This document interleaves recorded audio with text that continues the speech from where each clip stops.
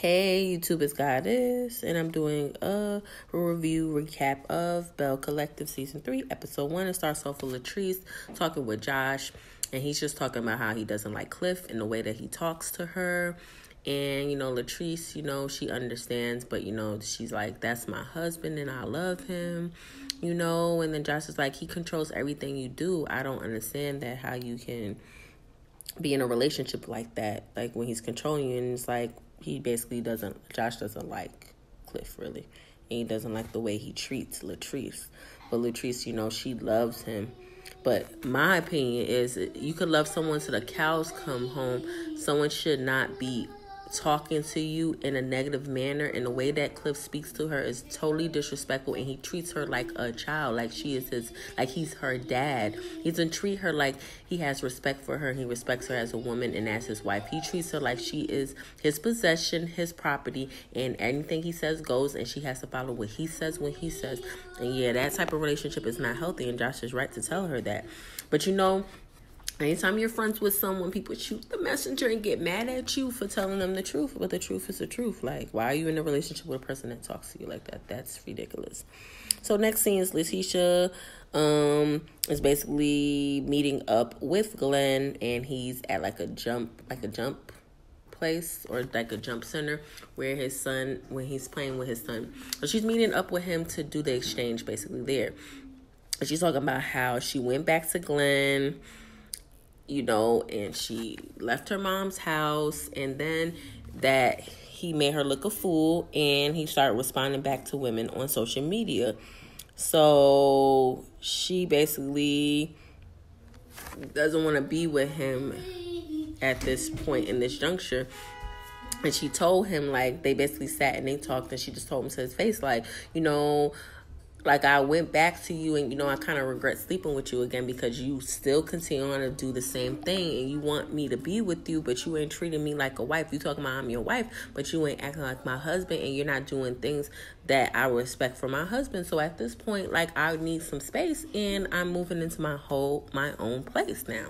Because it's totally ridiculous. And she said, you need to get yourself together. And like, you know how he is. Glenn always gets upset. But my whole thing is, Glenn, she went back to you yet again, and you're back doing the same thing again. So for me, like, the fact that she's moving on and she's about to move out, and y'all are probably going to separate and break up, is on you, because you keep doing the same behavior over and over again and telling her you change, but then you're back to doing it again. So you deserve what you get.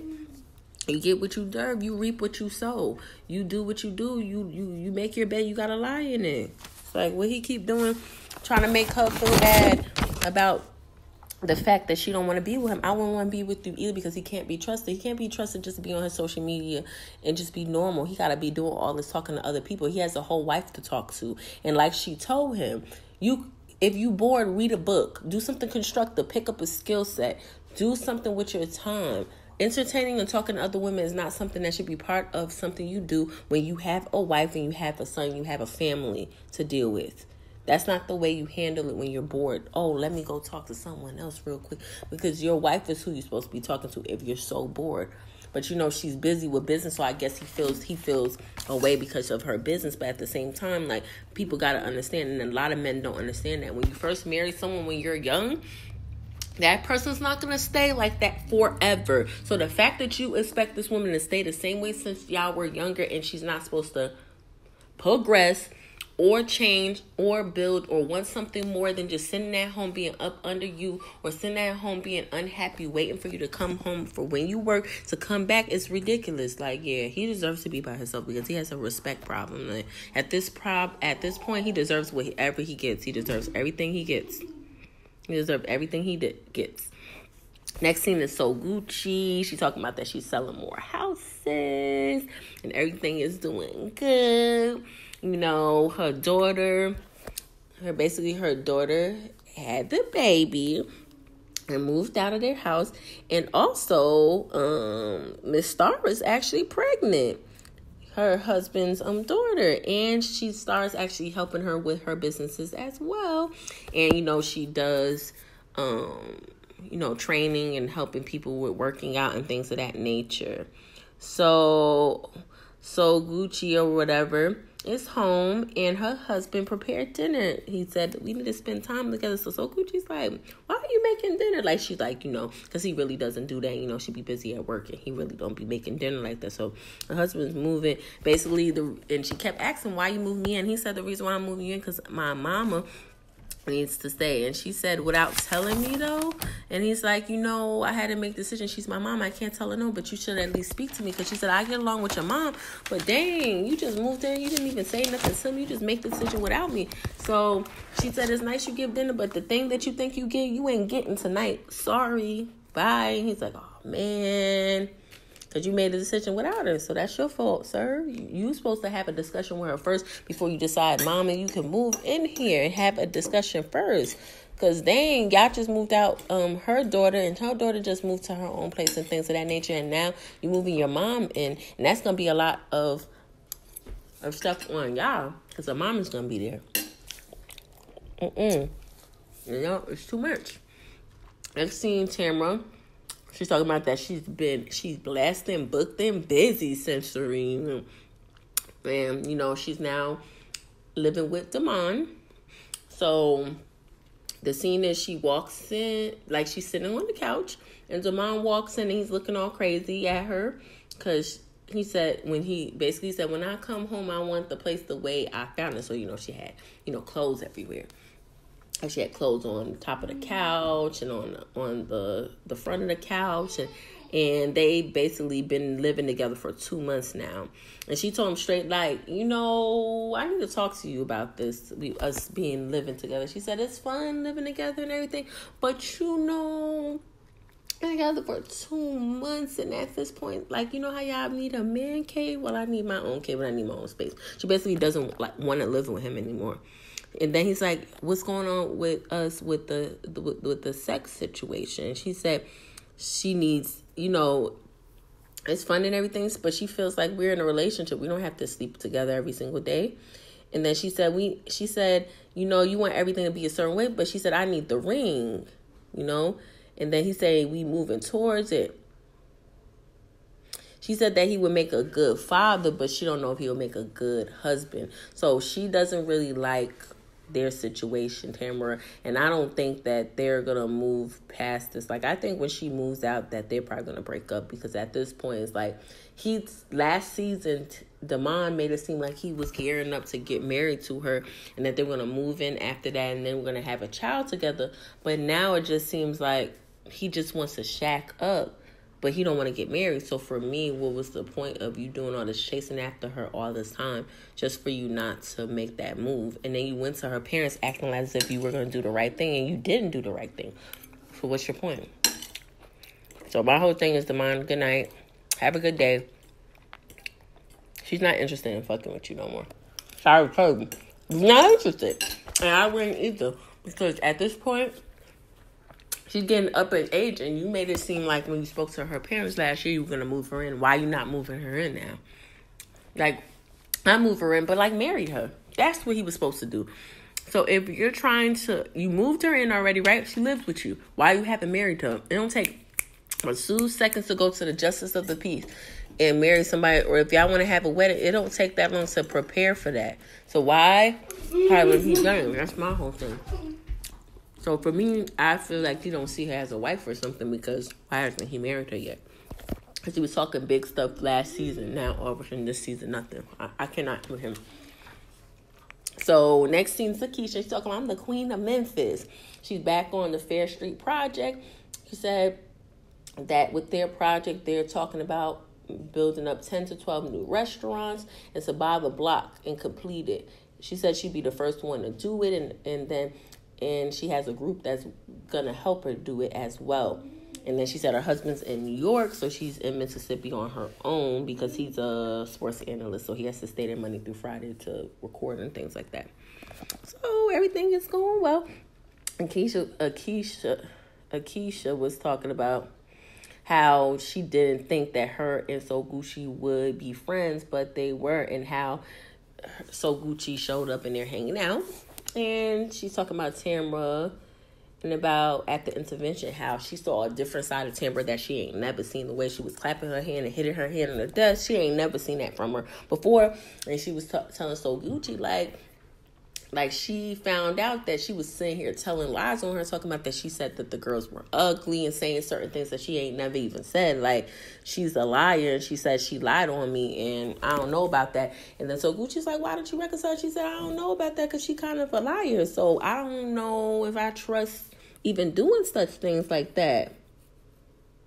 And then basically, Keisha thinks that she don't understand why Timber giving her all that type of energy when she should be mad at Letitia, because Letitia's the one who brought that girl that was allegedly having some type of thing going on with Damon to the event that they were having, sitting in there talking to her, and she the one who kind of telling her certain things, and she don't understand, like it don't make sense how she coming at me like that. So Gucci told her to talk to Tamara, but she's like, she ain't trying to do that at this point. And then so Gucci and Nikisha were both talking about how they didn't think that they would be friends, but that they are, because they just didn't think that it would ever happen, but that they happy that they are, though, because they get along pretty well. Next thing is Letitia meets up with So Gucci, and she's showing her a place, a condo, because she's looking to move out. Like she told Glenn, she's moving to her own space with her son. They're going to be living in separate places. So, she's looking at the place. It looks pretty nice. And then Marie is with Letitia, and she talking about she got Zuri Marie hair. Her health centers are doing well. She got a makeup line going on. She just making this money. So everything's going well, and she's coming to support Letitia and helping her look for a place. And so Coochie is basically talking about how Latrice asked her to find her property, and she was finding her property, and then all of a sudden she looked online on Instagram and she already done signed to a property with someone else, and she felt like betrayed, like she stabbed her in the back. And then you know how Marie is, and Marie said, I told you she ain't nobody's friend, you can't trust her. And she said, and she's like, look at that. That's something else. She said, that don't make no sense for me. Like you tell me to give you the property, I'm trying to do that for you, and then all of a sudden you wind up signing with a property with somebody else. So she just feels like she stabbed her in the back. Like she don't mess with Latrice, because Latrice showed her true cards. So then the next scene, they show Latrice, and Latrice is talking about how she wanted to get the property from So Gucci, but the building that So Gucci got her, she said, didn't come through. And then Josh was like, okay. And then she was saying she tried to act like she had the building, but she didn't. And then Josh like, oh, so she's so frauding. She frauding out here.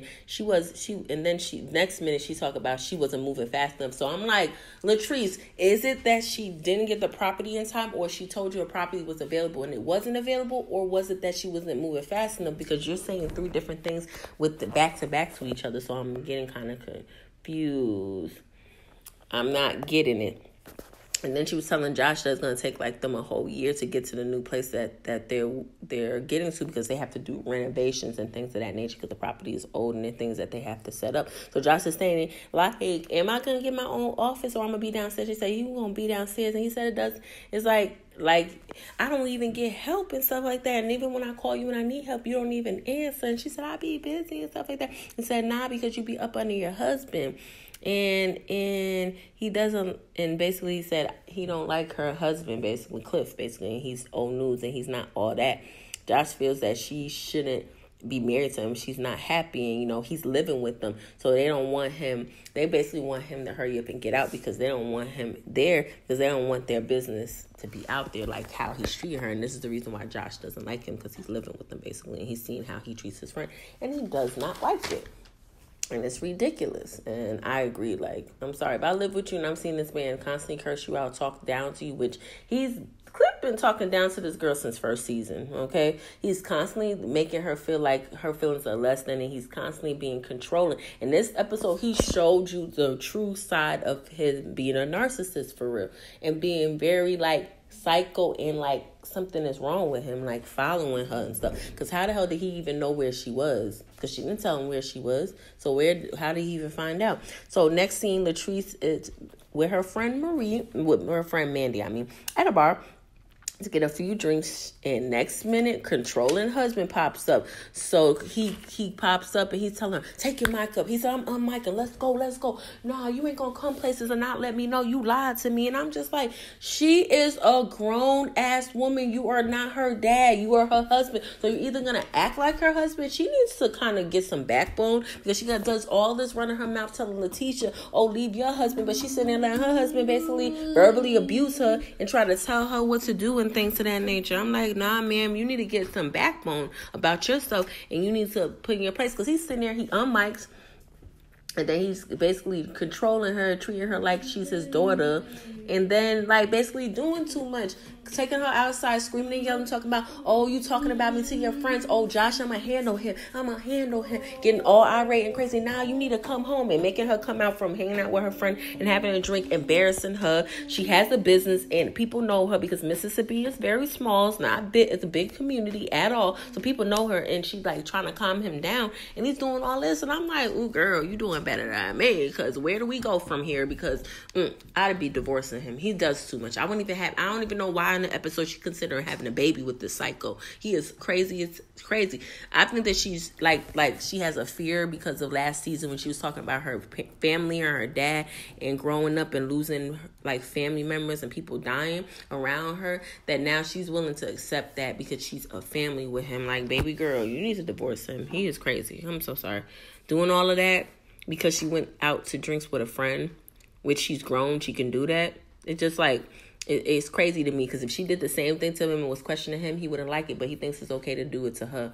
Couldn't do it. That's why I don't want to get married, because people be doing too much. They be acting like you're their property. She's not your property. She's a regular human being, and she deserves a drink after work. As much as she works, as hard as she's working, she deserves a break from you. She can't be with you 24/7. I know y'all married, but come on now. She has to have some space from you. So, what you think of the episode? Okay, because Cliff is getting on my nerves already. Okay? Like, comment, subscribe, and talk to you later.